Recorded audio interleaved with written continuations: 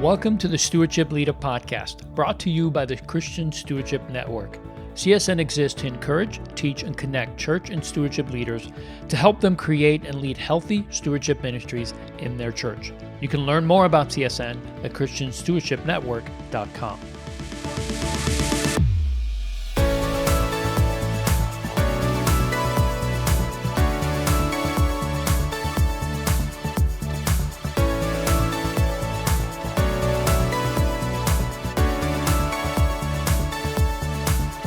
Hey everyone, thank you for joining us. I'm your host, Leo Sabo, and on today's episode, I'm joined by Pastor David Thompson from Gateway Church. Hey Leo, I'm so glad to be here. Thanks for having me on. Glad to have you. So on today's episode, we're discussing how to be a better presenter.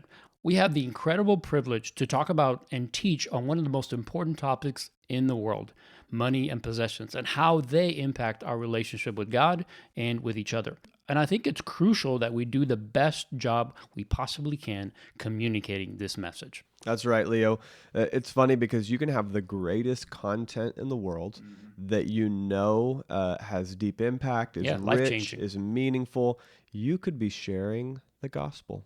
The thing that will ultimately change somebody's eternity. Yes. It can be the most important content in the world, but if you don't present it well, and today we're talking about presenting stewardship content, which is life-changing. Yes. It will break lies that people have believed. It'll break chains of debt. It'll break generational iniquities. Like, this is going to shift people's life. And the presentation is what's going to allow that person to fully engage with what you're saying. So let's talk about how to improve your presentation. Yeah. Now, you can probably already hear my voice. I'm getting excited about this.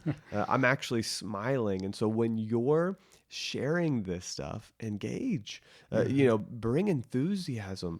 Passion. Bring passion. You're going to have to step up about 10, 20, 30% of your normal one-on-one engagement.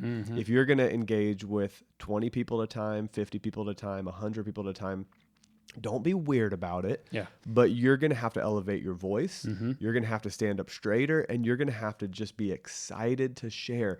I've got something that is going to impact you, and we're going to talk about budgeting, and it's going to be great. We're going to talk about breaking the spirit of mammon, and it's going to change your life. You've got to engage another layer of who you are inside, well that up, get your spirit involved. And that's why, as a pastor, it's so important to pray for the burden from the Lord and to share for what the Lord is putting on your heart, to pray and say, Lord, what are you putting on my heart so that I can share from that place of a burden? Not that it's a heavy load, but the Lord will put a burden on your heart to share with his people.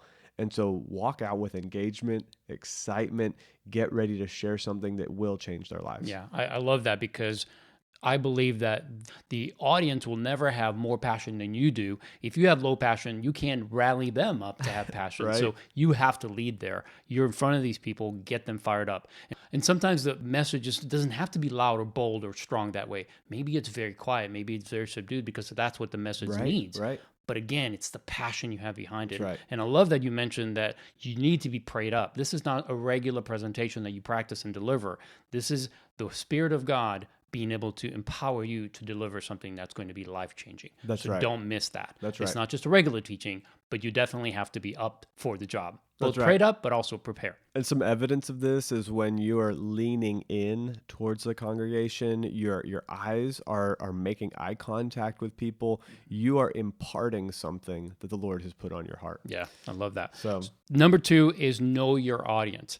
I learned this early on, that you have to have 2 things that you're accomplishing when you're speaking to a group of people. Number 1, you either answer every question that's in their hearts, right? What are their questions? Can you answer those questions? Or number 2, you come with such content that you introduce something that's life-changing and transformational. So you either answer the question or you introduce something that's going to really help them say, wow, I'm glad I was here. This really was beneficial for me. So you have to know, what is it that they need? What are you trying to impart to them so that their time investing in this is worthy of their time and of their benefit. I mean, you want to make sure that you know what you're delivering and that you're doing a good job doing it. That's right. And as a pastor, you should have special insight here. You should be engaged in relationship with your congregation, with the people that are part of your church. This should be something where you're asking people in advance, where are you hurting? What do you need help in? And begin creating content around those things. The best place to do is to go back to the Lord and say, God, what do our people need right now? And hear from the Lord and get that impartation from him and take it out to the people. The thing that has been extremely important for me is to actually physically go connect with people before the class and after the class. That's good. And really shake hands, ask people their name. I'll get to know everybody on the front row and as many rows back as I can before the class begins. Great. I love that. If I know their name, and I'll ask them, hey, what brought you to the class tonight? We're talking about budgeting. We're talking about debt reduction. We're talking about investing. We're talking about dealing with the spirit of mammon. Whatever it is. And I'll say, okay, what interested you in that? Like, why is your family here? You know, what got you out of the house on a Wednesday night or a Sunday morning to come learn this? And that'll inform even how I share in that presentation. Yeah. All right. The next thing is tell a story. You have to have a goal when you're presenting, right? You have to be able to say, I'm coming to this thing and I'm going to teach them about one specific thing. Maybe you're talking about, let's say, money from a biblical perspective, and you want to impart to them that God owns everything and that we're stewards. So just focus on that one thing. Don't try to teach 5, 6, 7, 8 things in one sitting, especially if it's only 30 minutes to an hour. Just make your focus very, very direct so that when you're teaching, they walk away with something they can actually use. When our presentation is just filled with all kinds of information, they're going to walk away with very little. But if our presentation is very focused, then we can help them walk away with something that it's actually going to be implemented down the road. That's right. And you're going to want that main thing to stick. So you're going to want to repeat it several times throughout. You may have 3 supporting bullet points in your presentation, but they're supporting the main thing. Yeah. And that should be the title of your presentation, or it should be hidden inside of the title. It's the main theme. It's the main theme of what you're presenting. So, if you're talking about budgeting, don't try to figure out how to talk about budgeting and talk about debt that night and talk about investing that night and talk about, what it would look like to downsize your lifestyle and try to hit them with 8 different things. Don't do budgeting. Here's 10 tips.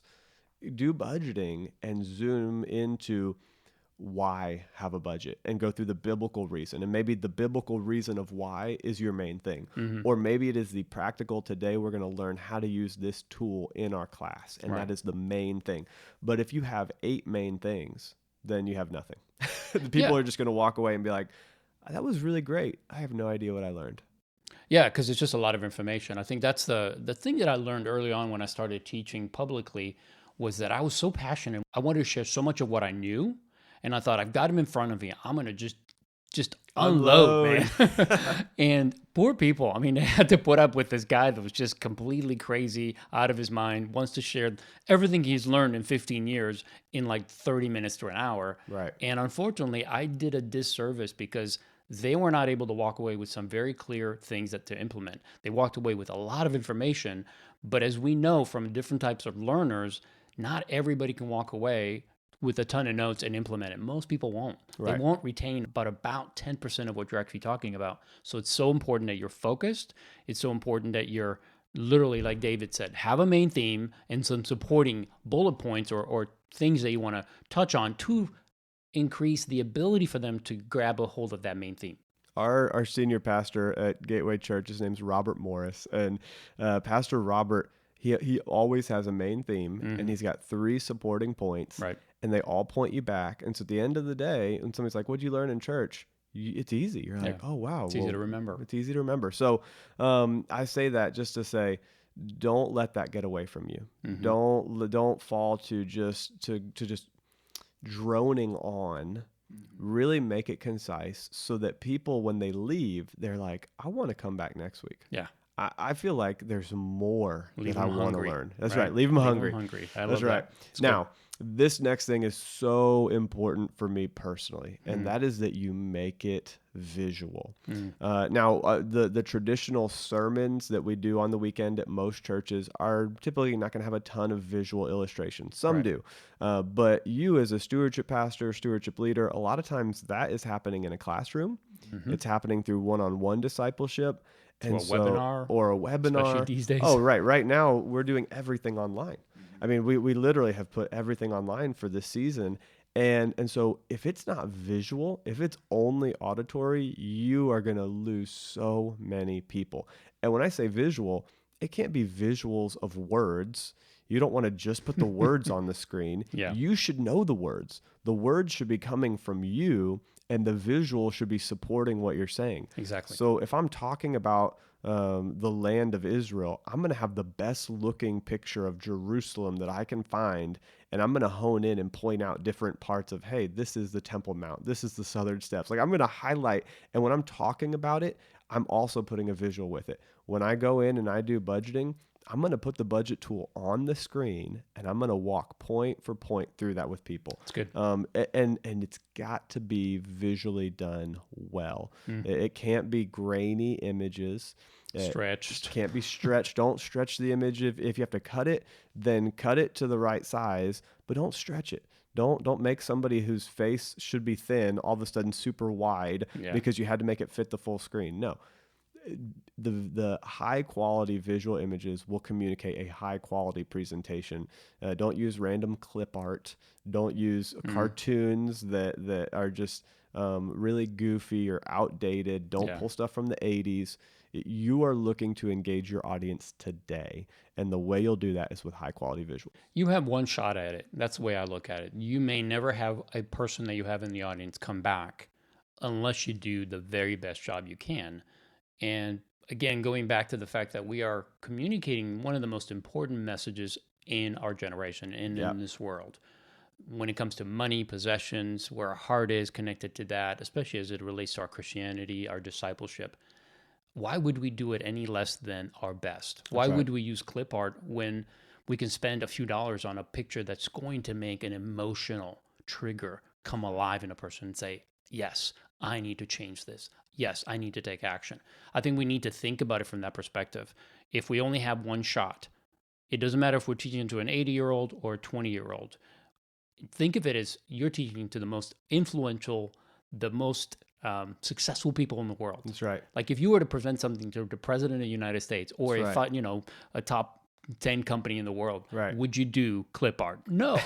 You'd be like, they're going to laugh at me and throw me out. Right. So you definitely want to make sure that you're thinking about this. How can I do the very best job I possibly can? Yeah. You do that, you're going to have people really take notice and walk away with something very beneficial. That's right. When I talk about stewardship, I put a castle and a beautiful castle on the hill, and I talk about the feudal lord Mm, and the steward of the castle. yeah. When I talk about putting God first, I literally put first fruits up on Mm, the screen, and I mm, don't put some cornucopia clip art up. No, I put beautiful, apples falling off the tree. Whatever it is, you want to catch their imagination. The first mm. fruit, that's what I give to the Lord. A tithe, the firstborn. And I put a sheep up and like a really pristine, good looking sheep in a field. Like, how do you make it engage visually so it sticks in their mind? Yeah. I also think when you're thinking about visuals, think about things that will invoke emotion. So don't just think, all right, I want to talk about, let's say, like you said, David, first fruits. Don't just think about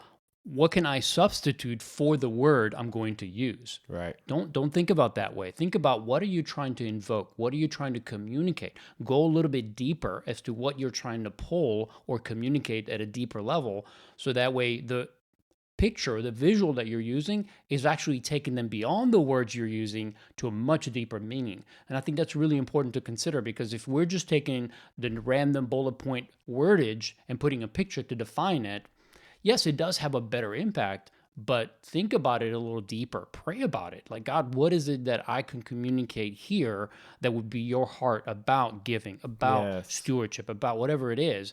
To the degree that God's going to give you the ability to think about it from a much deeper perspective. And now you can come up with the right visuals to invoke those kind of emotions and actions. That's right, Leo. I remember the first presentation that you and I did together, and actually going beyond that, the financial hope workshop that we did together. Mm. And the first time that you had put it all together, you had gone and purchased stock images, but high quality images. Yeah.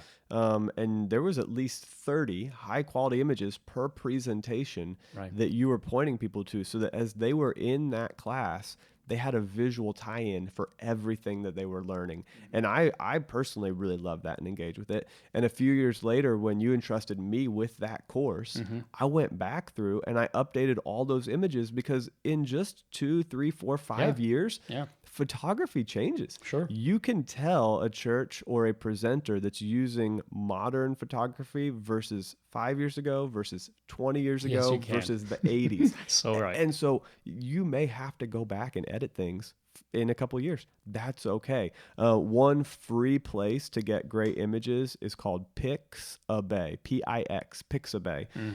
There are other free Creative Commons images out there that you can Yes. access. If you go to Google and pull images, those images are typically owned by somebody.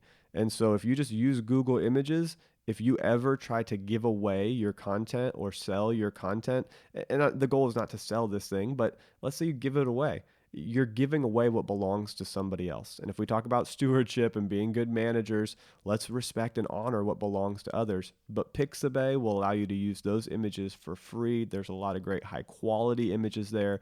It's a little bit less stock than Google. But if you want to use an image from Google, then go pay for it. You know, go to istock.com or photo, I don't know what they're all called, but stockphotos.com. Yeah, And stockvault.net, yes, photocase.com. There's a lot of them, and it's not about promoting one or the other, but find the ones that you like, and just know that not all of them are free. Some of them are right. free because some of these photographers will actually put them on there, and they allow you to use them with limited what's the word I'm looking for, David? Limited usage rights, or Yeah. limited, like you can use it for a classroom, but you can't use it to sell. Exactly. Non-commercial usage. Right. Exactly. But they put it on there because it showcased their work, and maybe later on you'll buy other things from them. So definitely use those if they're adequate for what you're looking for. But it's okay to pay for them, and they're not that Oh, yeah. expensive.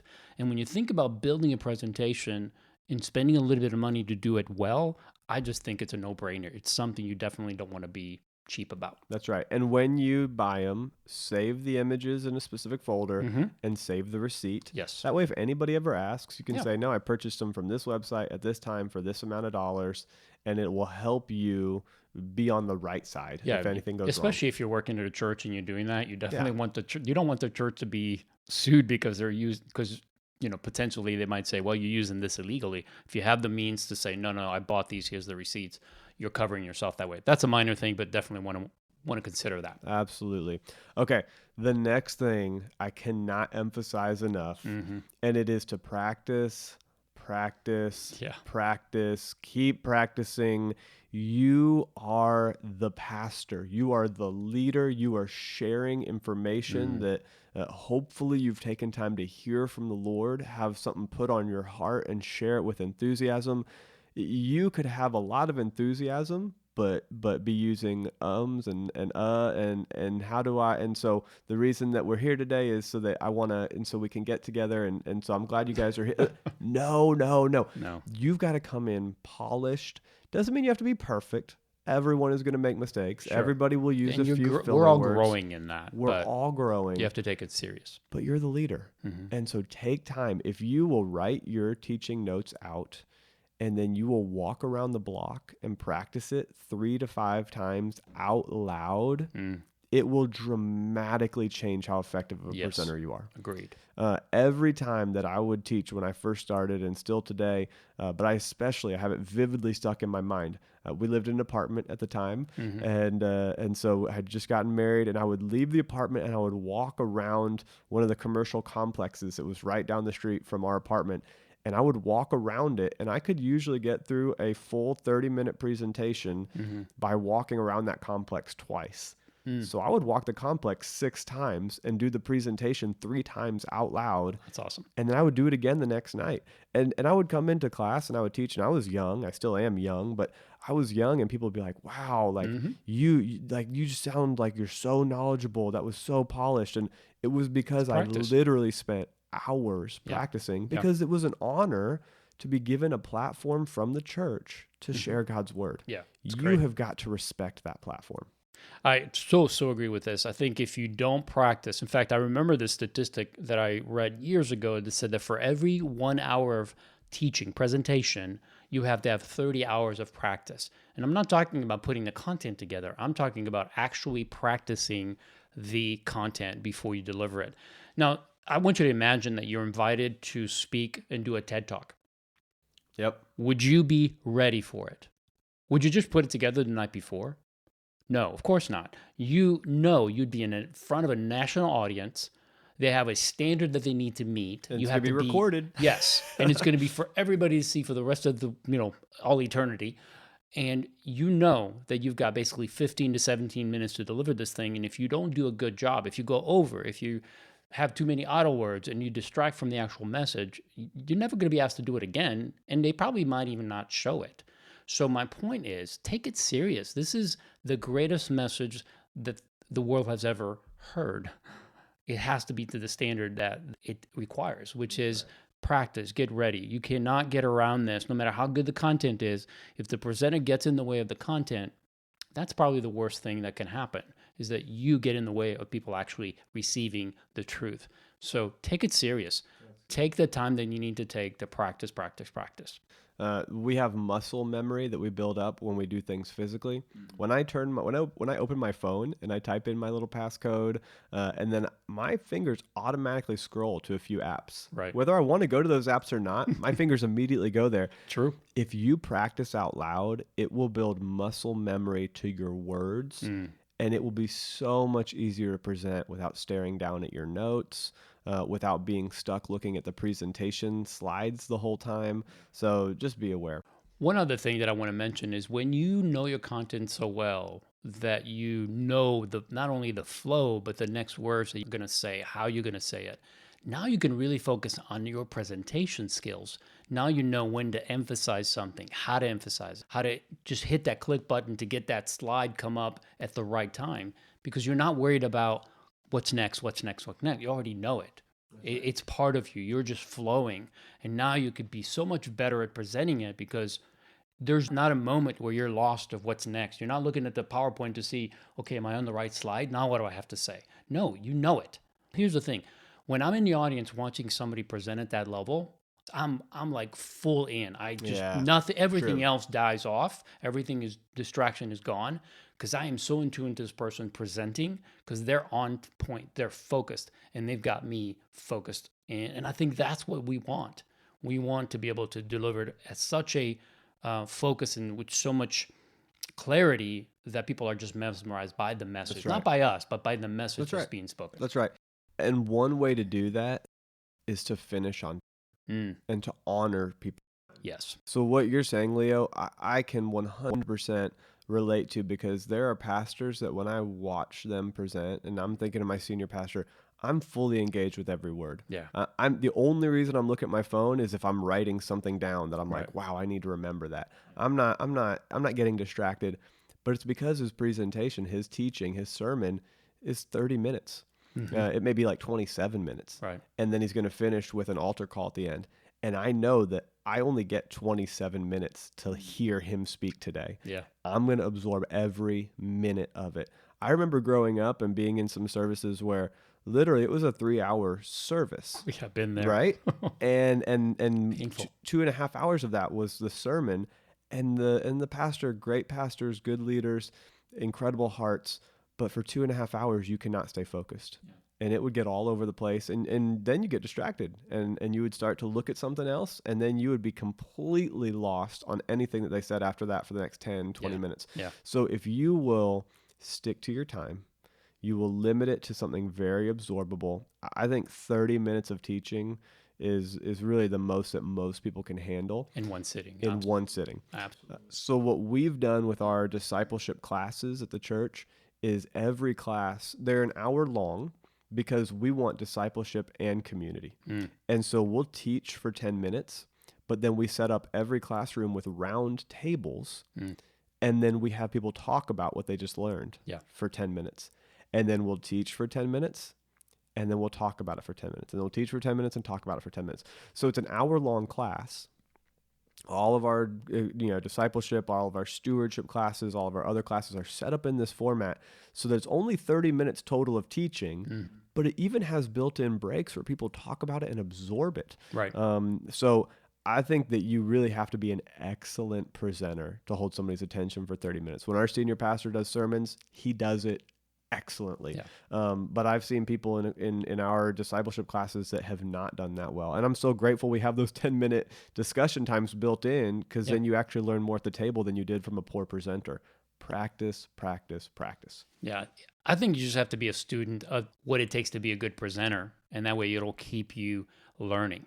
So the last thing we want to talk about is, how do you get better? How do you know if your presentation actually went well? Well, there's only one way that you will know, and you have to ask people who have actually listened to you teach. Now, my recommendation is that you actually teach your class, your whatever it is you're going to present, to someone else. Maybe it's your spouse, maybe it's a friend, maybe it's a sibling, but teach it to them and get some feedback before you actually do it, because I think that'll be very, very helpful. I know our senior pastor, Robert Morris, did that for, I think he still does. I know he'll preach it to his wife. To his wife, yep. And then his wife will give him feedback, because she's a totally different type of learner than he is. And that feedback really helps him to make sure that he's not missing a whole group of people. So it's important to do it that way. But then after you do it, after you actually teach it to a group of people, our recommendation is send out a survey after each class. Get some feedback and then learn and improve from that feedback. Because the goal is to improve, not just to feel good that you were able to teach. I know I have a desire and a love for teaching. Like, I love being in front of people and teaching, offering something that's benefited me, because in my mind, I think it's going to help them. But I don't ever want to do it just because it makes me feel good. That's right. Because if they don't actually benefit, then it's all for me. And that would be a waste of time for everybody. So I really want to challenge all of us. If we're going to be better presenters, we need to get feedback, and we need to implement that feedback. And some of it's going to sting, because it's going to show some of your warts, but that's okay. Because it's better to know where you need to improve and then go to work, improve it, come back better, come back more polished, come back more effective. That's right. In your presentation. And if you're the pastor and the leader, then most of the time, the people that you're presenting to are not going to want to say something negative about your presentation. Right. They want to honor you. They want to respect you. We've talked about biblical authority and honoring authority. And so they're going to be hesitant to lay it out and tell you how it is. You've got to word these surveys in such a way that solicits something positive. Say, hey, share one positive thing about this message. Share one positive thing about the presentation. And then say, now please share one negative thing, or one thing that could be improved is actually probably the best way to say it. Share one thing that could be improved. And then give examples: eye contact, pitch, length, clarity of presentation. And you can put that in parentheses by the side of the question, but give them a few examples. Let them know it's okay. It's socially acceptable for them to share real feedback.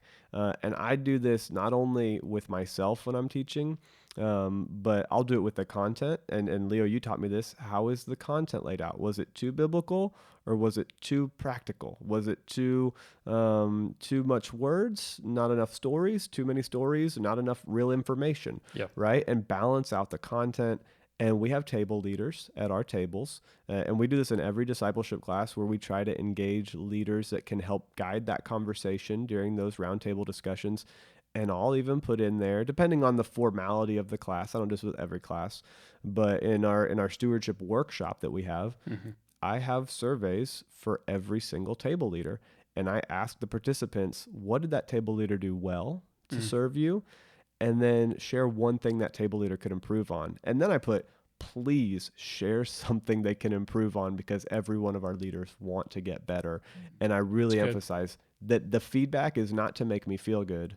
The feedback is to help get me better at presenting and help get the table leader better. Yeah, I love it. And I think when you are that purposeful about letting your audience know that you're trying to get better, that you're trying to do the very best you can, it endears people to you, because it lets them know, hey, I'm not doing this for my ego. If I did, I would never ask you for input. I'm actually asking these questions because I want to get better, because I want people to be served well. And you could help us to be better.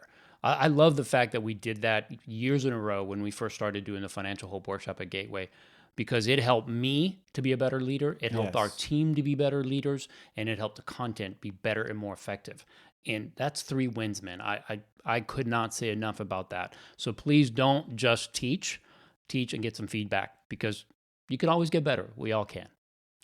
Well, I want to thank you for joining us for this podcast. If you enjoyed this episode, please rate it, write us a review, and of course, subscribe to the podcast so you can continue to receive these valuable resources. You can also share this episode and others by going to christianstewardshipnetwork.com, and you can share them on your social media platform. You could also, of course, gain other access to other episodes that are on there.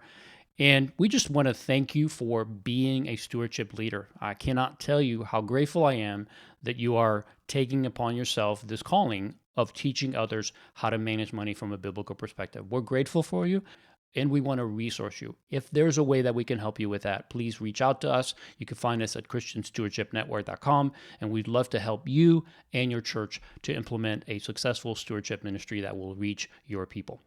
Well, I want to thank you for joining us. Remember, God has called you to be a faithful steward. So be that steward, but go one step further.